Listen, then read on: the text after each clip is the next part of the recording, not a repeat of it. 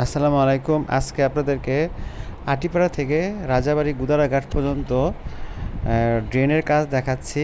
প্রথমে দেখাচ্ছি ভ্যাকু দিয়ে, দেখেন খুব সহজেই কিভাবে একটা পাইপকে এক জায়গা থেকে আরেক জায়গায় এবং নিয়ে যাওয়া যায়। আসলে মেশিন আমাদের জীবনকে কতটা সহজ করে দিয়েছে। এখন আপনাদের দেখাচ্ছি, এই যে দেখেন এই রাস্তার কাজটা 1 মাসও লাগে নাই। মানে পুরো রমজান মাসের 25 থেকে 26 দিন কাজ করেছে। অবশ্য ওরা দিনরাত কাজ করেছে। ওরা আমি দেখছি রাত 9টা-10টা পর্যন্ত কাজ করতো। তা একদম পাইপ ফালিয়ে তারপর মাটি দিয়ে এবং এক পিট তৈরি করে ফেলছে। বাসাবাড়ি থেকে পাইপের কানেকশনও দিয়ে দিছে।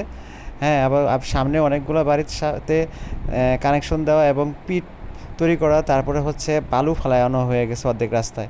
মানে এত দ্রুত কাজ হবে আমি কল্পনাও করতে পারিনি। এদিকে রাস্তায় এখানে পানিতে যে পরিমাণ কষ্ট হইতো, বিশেষ করে এই যে আমাদের দুটাই স্কুল, বেলায়েত স্কুল এবং প্রাইমারি স্কুলের সামনে যে পরিমাণ কাদা পানি জমতো, তা আমাদের খুবই কষ্ট হতো।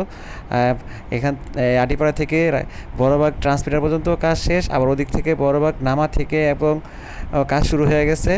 মানে এত দ্রুত কাজ হচ্ছে, মানে কল্পনার বাইরে। আমরা খুবই কৃতজ্ঞ যে আমাদের এই কাজগুলো এত দ্রুত করে যাওয়ার জন্য। আমাদের এই যে এদিক দিয়ে দেখেন একদম পিটের উপরে স্ল্যাবও দেওয়া হয়ে গেছে এবং বালু ফালানো হয়ে গেছে খুব ইজিলি। মানে এখানে মানুষ একদম খুব ইজিলি যাতায়াত করতে পারছে এবং রাস্তাও একদম সমান করে দিয়েছে। তো এটা আমাদের জন্য খুবই একটা খুশির সংবাদ যে আমরা এখন একটু ভোগান্তি ছাড়া যাতায়াত করতে পারবো। হ্যাঁ, পিচ না দেওয়া পর্যন্ত অবশ্য আমরা পুরো সুবিধা পাবো না, তারপর যতটুকু হয়েছে আলহামদুলিল্লাহ। এই জন্য আমরা অশেষ কৃতজ্ঞতা জ্ঞাপন করছি আল্লাহর কাছে, এবং যারা এই কাজ করেছে তাদেরকে অনেক ধন্যবাদ জ্ঞাপন করতেছি।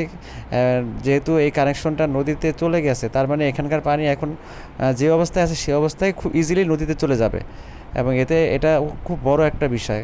কারণ পানি নিষ্কাশন না থাকলে যে কী কষ্ট করতে হয় সবাই জানি। তো যাই হোক, আপনাদের জ্ঞাতার্থে ভিডিওটা কেমন হলো সবাই জানাবেন। সবাইকে অনেক অনেক ধন্যবাদ। আমার ভিডিও কেমন লাগলো কমেন্টে জানাতে পারেন। আসসালামু আলাইকুম।